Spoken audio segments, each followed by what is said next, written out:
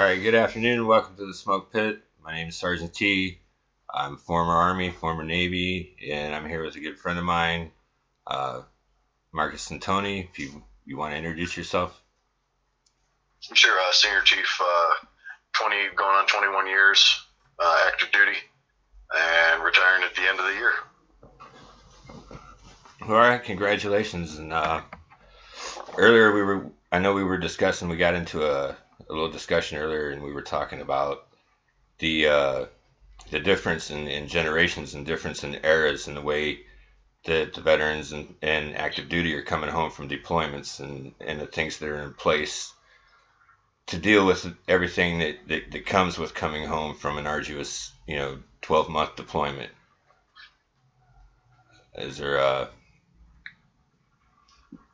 man, I can't even remember where we left off. I know we were just talking about the, some of the programs that are out there, and, the differences between, some of the things that were available, 10, 20 years ago, 30 years ago, or back at Vietnam era, as opposed to what's available now. And, is it enough? And, are we doing enough to, hopefully, lessen the amount of suicides and mental illness that we have when, our soldiers, sailors, airmen, and Marines return back from, arduous deployments or, having to go out there and do things that help provide a safe country for us to live in. Right. And also there was the notice in this difference between how much more noticeable and the suicides and the problems are that they're coming back with. Like, we were discussing, and back in Vietnam, they didn't have as much access to social media. It wasn't something that was really studied much, and most people back in that time, in that era, like you were saying, they kept to themselves. You didn't really bring it up. You didn't discuss it. It was kind of like they almost felt kind of ashamed to bring it up. That. Right. And as much negativity as there can be, nowadays, there's nothing that compares to the negativity that the Vietnam veterans faced when they came back. And yes, society has been more welcoming, but the fact is, there's not a lot of people that still know how to treat or how to act around personnel that are returning from deployments, etc. And even then, we're quick to offer the assistance in a public venue when they return back, but that's an area where they're in front of their friends and family, and do they want to go after they've been deployed for 12 months? Do they want to go spend time with a counselor or go spend time with their friends and family? And then it seems like once that return home brief is over, then the assistance is no longer provided up front to the member, but they can kind of come back and see them if they want. Right. I know when I came back from my last rodeo, my experience is, there's a lot of anger. You come back, you're angry, you're mixed up. You don't really want to see anybody. You don't really want to. Everybody that you've been with for the last 12 months, with the exception of maybe a couple people, man. You don't want to be anywhere near it. You don't want to be asked about it. You just want to go the fuck home, lay down on a mattress, and veg out and deal with the fact that your ass is finally catching up with the rest of you, and you sleep for a couple days. Yeah. And even that's kind of a stretch, because your mind's got 1,000 tabs open, and it's not really cooperating with the fact that the rest of you wants to just sleep for a few days. No, and the misconception is that when people return back from deployment, that we can, just simply reboot the service member's mind into normal society. And, society in general is a product of their environment. So you're putting people in a hostile environment for months, even years at a time, and then you're telling them this is okay, this is the way you're supposed to be over here, and then within a day, less than 24 hours, when that deployment's done, they're returned back to an area where it's not appropriate to act that way, it's not appropriate to talk that way. But you've been living that way for months or years, and you can't just hit a reset button, because the common service member's mind is like a cluttered desktop on a computer. Yeah.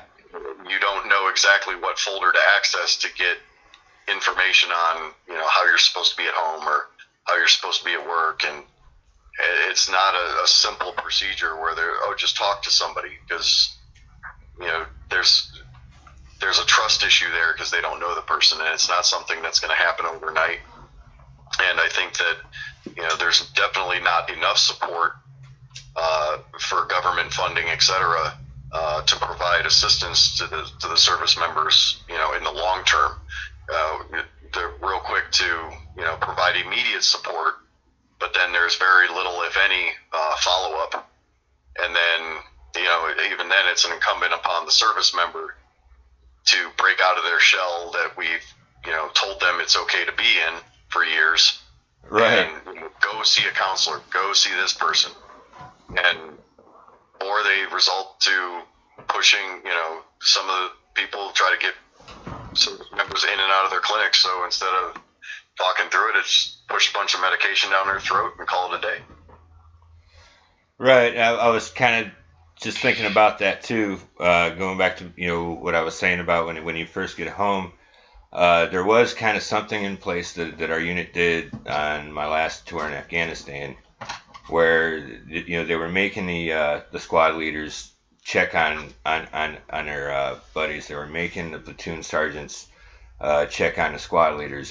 Trying to they were actually physically stopping by houses. Because we'd had a few incidents already, and involving suicide, and but at the same time, I get the intentions, like, okay, yeah, it's good, physically show up, make sure they're all right, make them sign some shit, but at the same time, like I said, you're still dealing with somebody who just wants to enjoy the few weeks he has, without looking at the fucking uniform every day, or just trying to decompress.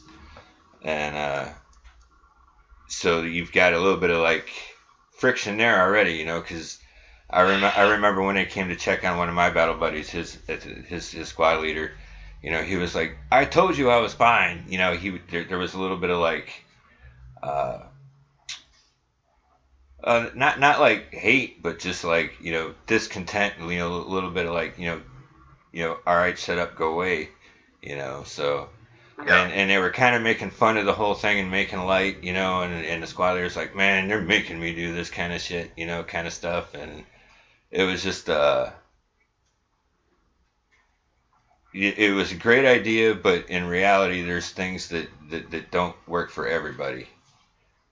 Right, and we don't have as much support as we have nowadays, as opposed to years past. It's still not enough, and is it ever going to be enough? I don't know. I don't know how much money we can throw at it, but all I do know is just personal observation, personal opinion, is that society as a whole is quick to talk about it, but there's more money being thrown other places. And honestly, it's almost like it's a business now. So once we're done with the product, we discard it. And a very, very clear point in that is while you're active duty, they're very quick to shove programs down your throat, because we have to click the wickets, we have to go through, and we have to do the online trainings and everything else. And during that process, until you go to a retirement seminar, so if you're not retiring, it's not going to really apply. But when you get out, the only thing you have is the first time you really hear a VA is in your transition program. Right. which could be, a few weeks to to a year before you exit. But is during that year, say you do it a year prior to you exiting, you're still required to go to work. You're still required to do everything else, which is normal. But we want to work everybody up until the last day, and go to try to say you have 6 VA appointments. It's kind of gets lost in the wash. And then when the member's no longer active duty, I've seen firsthand how seemingly disinterested the VA can be when it comes to processing claims, because they're in a business, it seems, of saving money, right, and not helping service members or former service members out. It seems like it's a business. Yeah, we're going to give you as little disability as we possibly can before we kick you out, and then we'll leave it to you over the next 3, 5, 10 years to reapply. Whereas people getting denied or saying that their back pain and leg pain and knee pain, foot pain, etc., is not service connected. Yet you're talking to a mortarman from the service that routinely hucked over 100 pounds on their back for years at a time. Right. And had that member not been in the service and not been a mortarman or not, experienced that, there's no way that person's body would have gone through that stress and strain, and hence caused a bad back, bad hips, bad knees, bad ankles, bad feet, whatever you want to call it, for lower margins and lower costs, when what they're doing is they're depriving service members of just disabilities that are blatantly service connected. Right, and it takes years, and like you said, the budget does seem to be one of their major concerns, and you do hear, oh, it's not in the budget, or we've only got the budget for this, and as well as the human factor that you just mentioned, it's almost kind of like a machine, and I remember being really frustrated, dude, when I first got out, and I hadn't even gone to the VA yet because I didn't know what the hell was wrong with me at the time. But when I did, it was, like you said, a bunch of, check boxes. It's the same check boxes, and it's the same 12 questions, and you might see 3 or 4 people in one visit, and they all whip out that stupid sheet. And, I get that, they want, the questions are there because they want to catch, if you got suicidal ideations, blah, blah, blah. But the last thing you want to see when you're not even sure what's wrong yourself is another damn questionnaire. And given the state of mind you're in the first place, the whole reason you're seeking help, what makes them think that you're going to answer those questions truthfully to begin with? Right. So you don't even have somebody there going, so hey, how you doing? I'm so and so. Tell me, what brought you here? How you feeling? What's on your mind right now? What is it that's, what's got what's got you on fire? And but instead, half the time they're not even looking at you. They're looking at the computer screen, and they're just ticking away on a keyboard, and they're asking you the same 12 checkbox questions that the last guy asked you just before you got in the door when they were taking your blood pressure and everything. So, there is that, it's kind of like that feeling of disconnection already. Now you've compounded it by the people that you've sought help from, making you feel like they're, disconnected. So. Yeah. Not to mention, it's all part of the system where, it's not documented in your service record. Well, okay, or in your medical record. Okay, well, the member just got back and, they're at the end of their EAS and, they just got back, so they didn't have time in a combat zone to go see medical. And the VA is real quick to kind of write people off. And, like you were saying, it's a checkbox system. Process them in, get them done so we can show that we've helped this many veterans. And that's going to look really pretty on our tracker that goes up to the powers that be, and we can say that we're doing more. We're processing more sailors, soldiers, airmen, Marine, Coast Guardsmen, through than ever before. Well, yeah, you're processing more through because you're spending 5, 10 minutes, 15 minutes with them, as opposed to, an hour and a half where the VA rep actually gets a feel for that person, because what are the qualifications to be, that person at, on the other side of the desk at the VA? You can't tell me that every single one of them is a psychiatrist, right? That is trained to, notice, or observe, key markers of somebody who is depressed or has suicidal ideations or could possibly have suicidal tendencies. They're not qualified. You might get one or two that, have been through a psychology course, etc. But like you said, they're ticking away at a computer. They're asking everybody the same 12 questions. They do a quick, less than thorough review of the medical record, and they're relying on, the screening, if it was done by the VA or VFW rep, if the member was educated well enough to know that they could do that 6 months prior to their departure. Right. And I can tell you right now, and I'm kind of ashamed to say this because I try to, being a senior leader, we try to stay up on all the programs and all the functions that are available for our servicemen and women. And, I really didn't know that the VFW had VA screeners that you could utilize. And until, less than a year ago. And that's kind of sad because, the only reason I found out is because I had a buddy of mine who retired, and after 26 years, and he's like, hey, just so you know, this is something I found out, 4 months before I retired, you should go see this person. I'm like, oh, okay. Are you talking about the service officers at the VFW? Yeah, the VFW VA service officers. Yeah. Yeah, but we're quick to knock out all the online trainings and everything, and we're real quick to talk about suicide awareness and that yes, you can come talk to people or call this hotline, etc. But it's very rare that you see one of those events where people actually go to it, where those reps actually show up, where you'll have 5 or 10 or 20 of those representatives like, hey, for the next 2 hours we're going to be here getting people's names down for we want to go through your medical record or help you prepare to transition. It's a 1-week course, and other than the suicide awareness, it's a 1-week course. Hey, we're going to prepare you to leave after how many years, etc. in a week to transition out. Right. And most of that time spent on resume writing. Yeah, I hear you, and I remember, it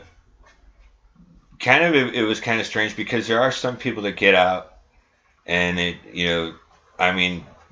least from the outside, it looks like they did it smooth, like they made the right choices, bam, they landed a sweet job, bam, they're living the dream, and you're like, you wonder, like, what did they do that was different?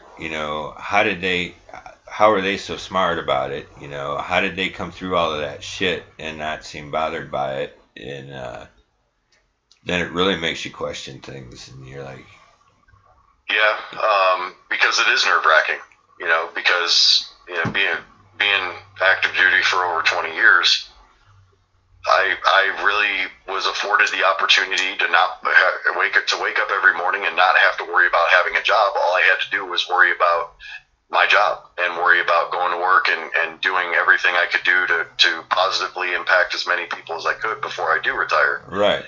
And then, all of a sudden you're looking at it, you're like, in less than, in 6 months or 8 months or whatever the time is, I'm actually going to have to submit a resume. I'm going to actually have to do this. And if you look at where we were, 20 years ago, right, there, most jobs that were blue collar, so to speak, or even some of the white collar jobs, they were not everything was an application, not a resume.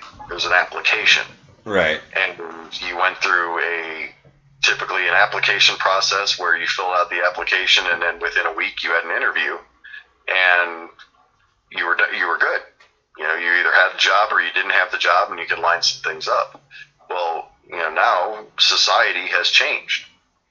So now even the blue collar jobs, they require a resume, and then you've got to make sure that all your references, and that's great, and I appreciate the process, and I can appreciate the change. But when you're taking a service member that served more than 4, 5, 10, 8, whatever many years, you've basically pulled them out of society, right? And had them live a certain way that's completely different than the way civilians live and operate. And then you're saying, okay, here's your week course on how to be a civilian and deal with all your issues, and these are the people you need to call to set up an appointment. And it sounds really easy, and it sounds very streamlined until you're sitting in line at the VA waiting. Right. Until you're sitting there and trying to figure out that if you don't want a contractor job or a civilian job and you want a GS job, there's a whole different way to write a resume. And then if you want a regular civilian job, there's a whole different way to write a resume. And it can be very confusing. And I'm speaking from personal experience here, because I'm currently going through that process of understanding the resume differences between contract jobs, civilian jobs with no government affiliation, and then your GS jobs, your civil servants. So everybody wants a different format. Everybody wants a different style resume. Some things are acceptable to others that aren't acceptable in other situations.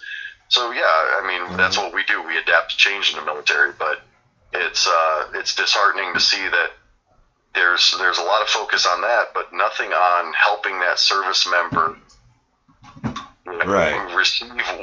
receive what they're rightfully entitled to as far as benefits from their service. And you look at other departments of legislature, etc. They're given lifetime health care and the best doctors and this, that, and the other thing. And if they get a toothache, there's 6 people bending over backwards to help them out.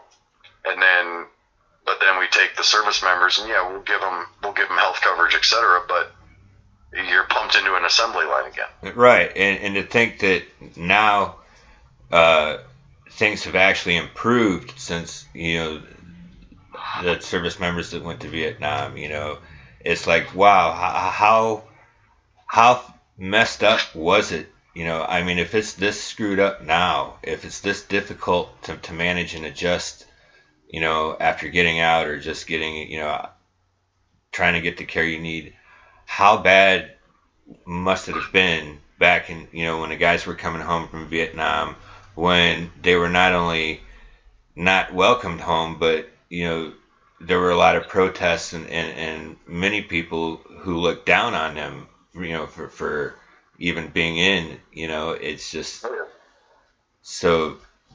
Well, I don't think we'll ever know the answer to that question, because like you and I were talking about earlier, it's a different society that they grew up in, and that and you and I grew up in, and then the next generation grew up in currently. Because you look at the generation that the Vietnam veterans grew up in, where was social media? It was non-existent. Where was, it's very hard pressed to say that there was a TV in every household, because there wasn't. Was there a telephone in every household? No. So people handled things, people grew up differently. They grew up in a rougher, more callous society.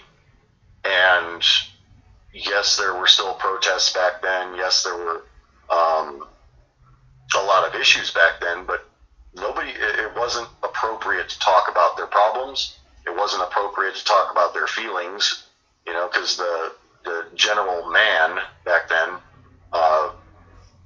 lost a little bit of points in the testosterone department if you wanted to sit and talk about feelings. Right. Yeah. And then we still saw a lot of that. I knew growing up, I know when I was growing up that, you could express how you were feeling, but you didn't want to express your feelings. If that makes any sense. Right. So, and then there's also the way, we communicate too, even from just our generation, getting out was a hard adjustment because the way we used to be able to talk to each other, whether we were talking to each other and just having a good time or whether we were reprimanding, a subordinate, a lot of that shit doesn't fly out here. And, that was a rough one getting used to because now what was totally normal way of communicating, now all of a sudden you're a bad guy if you communicate that way, and you're just like, WTF. Well, and it's because you're trying to the intent of basic training is to separate you from the civilian sector and militarize you. And we spend the better part of usually 2 months doing that. And that's just the basics. Then we spend the next, 4, 6, 8, 20 years, even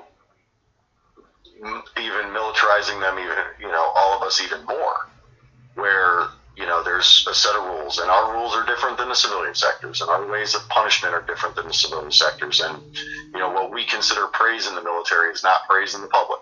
Right.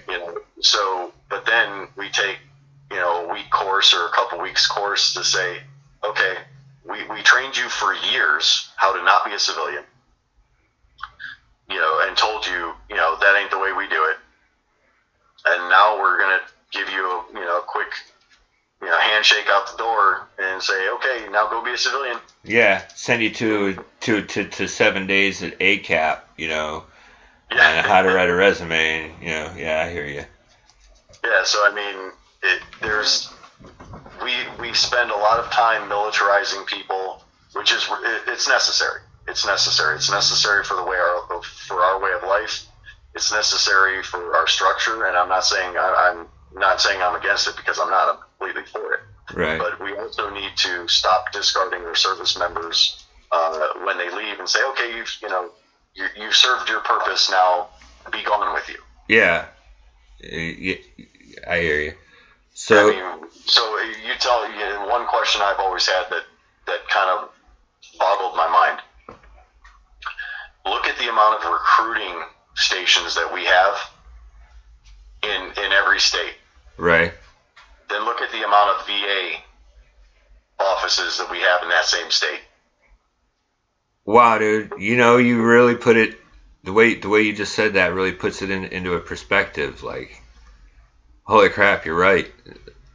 We will spend hundreds of millions of dollars a year recruiting service members, and 1/25th of that helping those same service members that I will tell you most recruiters, recruiting offices, I will say, not recruiters, but most recruiting offices have to push the numbers. It's an assembly line. Get them in. Get as many in as you can because you'll get incentives. And funny how they always have the budget to keep the campaigns and the recruiting ads and everything going.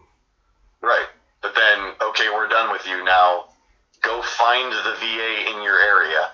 Yeah.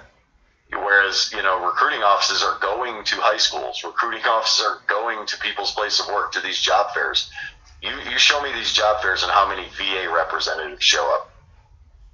Right, and bringing this, to a close, I was just going to mention, what is an idea you have? Is there an idea, something that you would recommend that might possibly help with, the transition and trying to make sure that, the VA knows about you, that you haven't just been forgotten about to wonder why the hell your body's giving out or why your mind is so scrambled. Is there anything you can recommend to keep them in touch, to keep everybody linked in? Well, for one, the process doesn't need to be streamlined. The process needs to be bolstered. So instead of giving somebody, the chance to go through a transition program, 2 times for a week each before they get out, make sure there's follow-up on that. Make sure that we're doing, instead of trying to make the service member or trying to work the service member for every ounce of that they can before they're out, leadership, and that's one thing I've always pushed, needs to focus on, in the civilian sector, needs to focus on providing support for those servicemen and women that are getting out before 6 months, before 2 months, before they're on their way out the door. We need to just do better and have a program in place to better transition these service members, because it's like taking a military working dog, and saying, okay, you're gonna go live with a civilian now. Yeah. That's why we typically give or try to retire military service dogs to military members. Yeah. I would possibly also, I would think also would be important to educate the public more too, because going to what you said about the service dog, you can't just give a service dog that's been in the military, a working dog for 12 years, to a civilian and be like, okay, he's yours. There's certain commands they're going to have to know. There's going to have to be certain, hey, don't do this around the dog, or this will happen. I think the immediate fix or not fix, but the immediate item that we could put into place is stop giving the VA incentives for lower numbers, because you have VA employees that are worried about keeping their job if they give too much.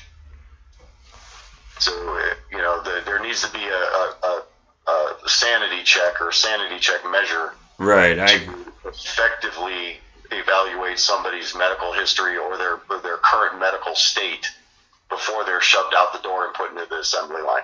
Right. I would have to agree. Well, I think a lot of that was well put, and I hope that this, at least raises questions, if not some awareness. And I want to thank you for being on my program. And ladies and gentlemen, that was Senior Chief Sintoni, and this is Sergeant Townsend, and we're signing off. And until next time, check back with us at the Smoke Pit for some more decent discussion. 50% pain, 100% reason to remember the name. He doesn't need his name up in lights, he just wants to be heard, whether it's the beat of the mic. He feels so unlike everybody else, alone, in spite of the fact that some people still